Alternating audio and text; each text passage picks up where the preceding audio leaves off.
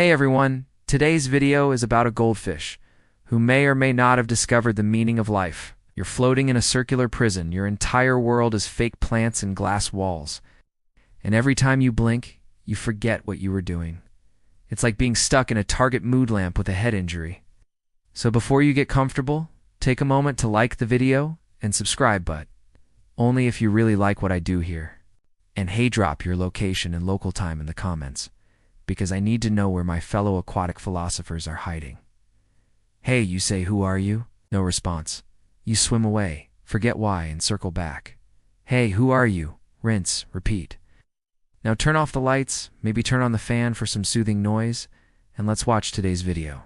You float past the thermometer and catch a blurry glimpse of the human outside the tank. There on the phone.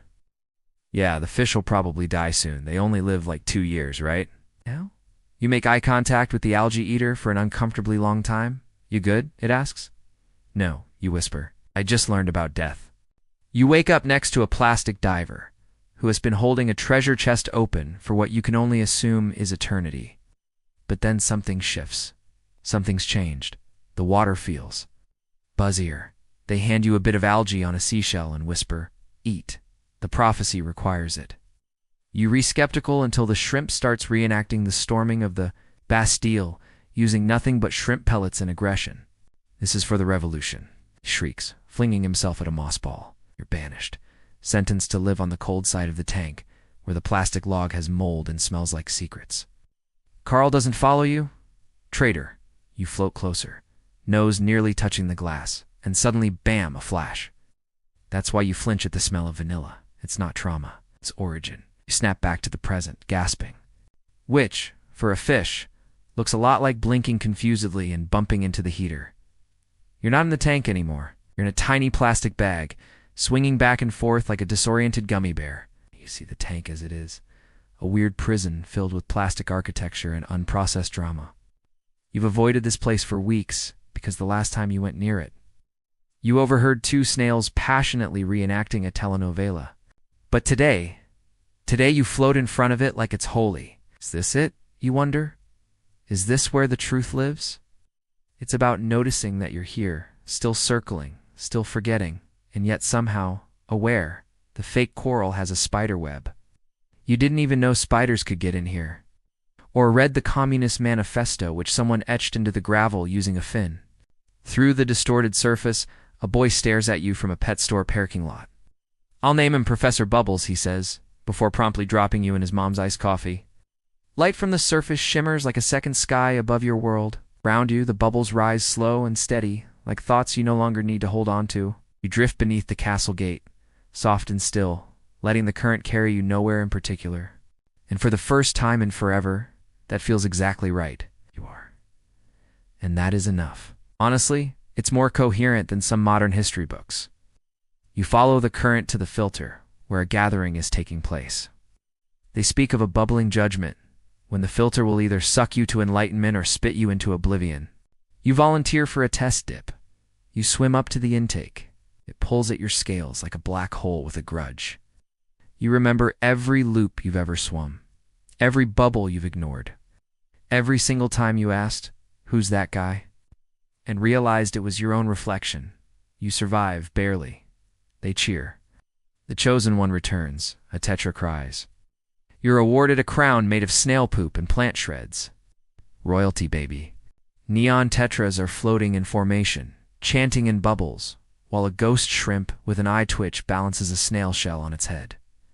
You see the filter up close? See the pipes, the motor, the plug in the wall? It's just a machine, you whisper. You're worshipping a glorified blender. Water's leaking into it, distorting the red line like a heartbeat. You stare at it for 5 full seconds. An eternity in Goldfish, time and whisper. What are you trying to tell me? The flow speaks, the leader says, flicking his fin dramatically.